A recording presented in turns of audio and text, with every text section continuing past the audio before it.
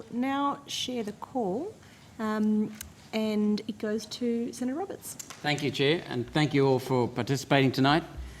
First question, APRA's submission 197 to the inquiry into our bank anti-bail-in bill stated, and I'm slightly paraphrasing, APRA does not have the power to direct Australian authorised deposit-taking institutions to bail in a deposit because that would be inconsistent with the objects of the Banking Act, particularly the paramount objective of protecting depositors.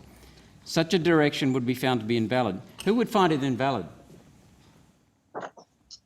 Well, Senator, it could be challenged by the court, by anyone who wished to take it before the courts, would be the answer. Our directions could be appealed to the court.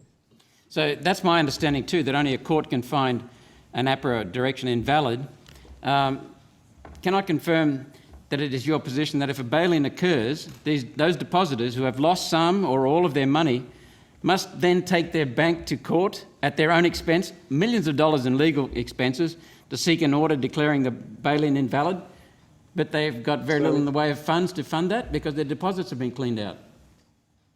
Your question is premised on the assumption that there is a bail-in, and I think in our correspondence with the committee and our submissions to the committee on this bill, we made very clear our whole purpose is to protect depositors, not to bail them in. A bail-in of depositors would be an anathema to the way we operate and our statutory purpose. So I think it's a scenario that is entirely hypothetical because that would not be a direction that we would give. Does the Financial Sector Legislation Amendment, the Crisis Resolution Powers and Other Measures Act of 2018, that says APRA has a right to enact emergency powers and often said to be overruling, that emergency directions powers have primacy over the general banking directions, Section 2A, in the Banking Act? I can't refer. I'm not sure where exactly you are referring to, but you are right. We have strong powers to deal with an emergency situation where a bank or another financial institution was in severe financial stress. The purpose of that, to be clear, in the case of a bank, is to protect the community and protect depositors. The IMF disagrees with APRA on the strength of S2A protections. The IMF have stated that the catch-all directions powers in the 2018 Act provide APRA with the flexibility to make directions to the authorised deposit-taking institutions that contravene the Banking Act. If the IMF are correct, you do have bail-in powers. Is the IMF wrong? So the bail-in powers that we have relate to capital instruments. As we put in our submissions to this committee when it conducted its inquiry into that bill, the objective is very clearly to have bail-in for subordinate capital instrument, and the purpose of the Act, and in particular the sections of that Act which attracted a lot of attention, were designed to make sure that there was legal certainty and that those subordinated debt and hybrid instruments, the bail-in arrangements which are in those, the contractual arrangements that are in those instruments would work as intended. So our bill simply clarifies that you do not have bail-in powers, which is what you're telling me here today. Why are you opposing our bill when it does nothing more than to clear up what the law is saying you say it is? Sorry, Senator. We do have bail-in powers. They relate to certain specific instruments. As the law currently applies to banks, it applies to their subordinated debt, or in the jargon of a bank supervisor, Tier 2 capital, and it applies to hybrid capital instruments or additional Tier 1 capital. So we do have a bail-in power. It is designed to give legal certainty to the bail-in of those instruments if needed. It does not apply to deposits. Our bill simply clarifies that it doesn't apply to deposits, so why would you oppose it? It doesn't stop the bail-in of other funds appropriately, but it does stop it would stop the bail-in of deposit funds. Check accounts, savings accounts, small business accounts, private accounts. That's all it does. So it's agreeing with you. So why would you oppose it? Well, the view we put in the submissions was that it was not necessary because we thought the current law was adequate. It doesn't change anything for you. It complies with what you just stated. So I can't understand why you'd oppose it. It makes two minor changes that are in line with what you're saying. As we said in our submissions, we didn't think it was necessary. Okay. APRA's 2018 paper titled Increasing the Loss-Absorbing Capacity of Authorised Deposit-Taking Institutions to Support Orderly Resolution states APRA will need to work with ADIs on an ongoing basis to ensure adequate resolution plans are developed and maintained. Adequate resolution plans are developed and maintained. These plans supposedly outline how APRA would use its powers to manage the orderly failure of ADIs and identify steps that can be taken to remove barriers to achieving effective resolution outcomes. Have those plans been drawn up? And if so, what are they? Well, I might start and then I'll see if my colleague, Mr. Lonsdale, wants to jump in. So one of the things we have to do is prepare for the unexpected. And we can never provide a guarantee that a bank or, for that matter, insurer or another sort of financial institution will get into difficulty.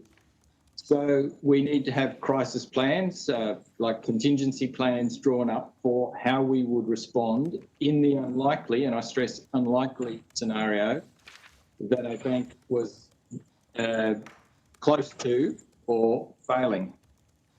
The sorts of plans that we have would just step through what actions we might be able to take and how we would achieve an orderly outcome. But as I've said many times already in my answers to your question, Senator, with a view to protecting depositors. So just to interrupt there, you said the plans that would be drawn up. Have they been drawn up is what I asked. So we have plans drawn up, yes, but they could always be improved, and the institutions that are themselves constantly evolving and changing.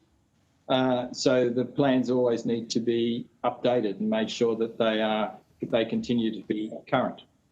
I would just add, Senator, I mean, this has been a big priority for us this year, and in fact the government has provided APRA with some funding in the budget, a significant portion of it focused on recovery and resolution development. So as Mr. Byers said, there's a lot of work in continually keeping the plans updated and making sure they're operationally fit for purpose. Thank you. Moving on. Sorry, you've got about 2 minutes to go. Okay. Moving on to the practice known as debanking. Is the regulation of debanking practiced by the banks your responsibility? I don't know if I can talk about a regulation for debanking. The concern is that various customers no longer get banking services. It's certainly not a primary issue for APRA. We understand the issue exists. In many cases, it relates to banks being able to comply with anti-money laundering and counter-terrorist financing regulations. Well, that's where I'd go to. Commander Security is an Australian cash security company. They transit cash, and a large part of that is refilling third-party ATMs, so they are competitors to the banking cartel. Commander Security are fully AUSTRAC compliant and operate their accounts lawfully. On the 14th of October 2020, they received a notice from Westpac cancelling Commander Security's banking accounts effective from 26th of October. They have been refused accounts at other banks. Where is the protecting of interests of depositors in this process? The depositors of the banks themselves are protected. I'm not aware of the specific case that you're referring to, Senator, so we're happy to look at that. Well, let's look at another one then. Melbourne Bullion Exchange sell gold bullion to retail investors. They are also AUSTRAC compliant and operate legally. They were debanked by Westpac, then the Commonwealth, then the NAB, and now cannot get an account anywhere. Would you categorise bullion as a rival store of wealth to cash in a bank? No, I wouldn't actually. I think cash in a bank has a very stable value and bullion does not. But that's a discussion about investment rather than safety. Bullion's not stable? Okay. The point of this question is simple. Banks are debanking businesses that they have decided are an unacceptable risk. When my office looks at these businesses, they are bullion dealers, non-bank companies providing rival services to the banks like Commander Security, Bitcoin exchanges. APRA appear to be turning a blind eye to Australian banks debanking their rivals. Can you explain that? I don't think we're turning a blind eye to it. We understand the issues there, but banks are making decisions based on their risk profile as to whether they want to take on the risk associated with some of these customers. Clearly, what we have seen in recent times is the penalties for getting it wrong are significant. That's not to condone the banks, but simply to make the point that they're taking it very seriously. Senator Roberts, I need to wrap you up. One last question. Yep. When the Melbourne Bullion Company was debanked, Westpac not only debanked the business accounts, but also the private accounts of the owners and the private accounts of their employees. APRA is responsible for protecting the financial interests of depositors. Does APRA consider this acceptable behaviour? So our obligation to, just to be clear, our obligation to depositors is not a consumer protection obligation. It's a making sure that people get 100 cents in their dollar. I think you're responsible also for making sure that there's adequate competition. We have to be mindful for competition, but we don't have a mandate to promote or establish competition.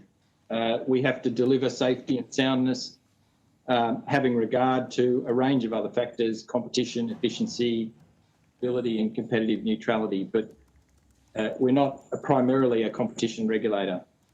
Thank you, Chair. Thank you very much, Senator.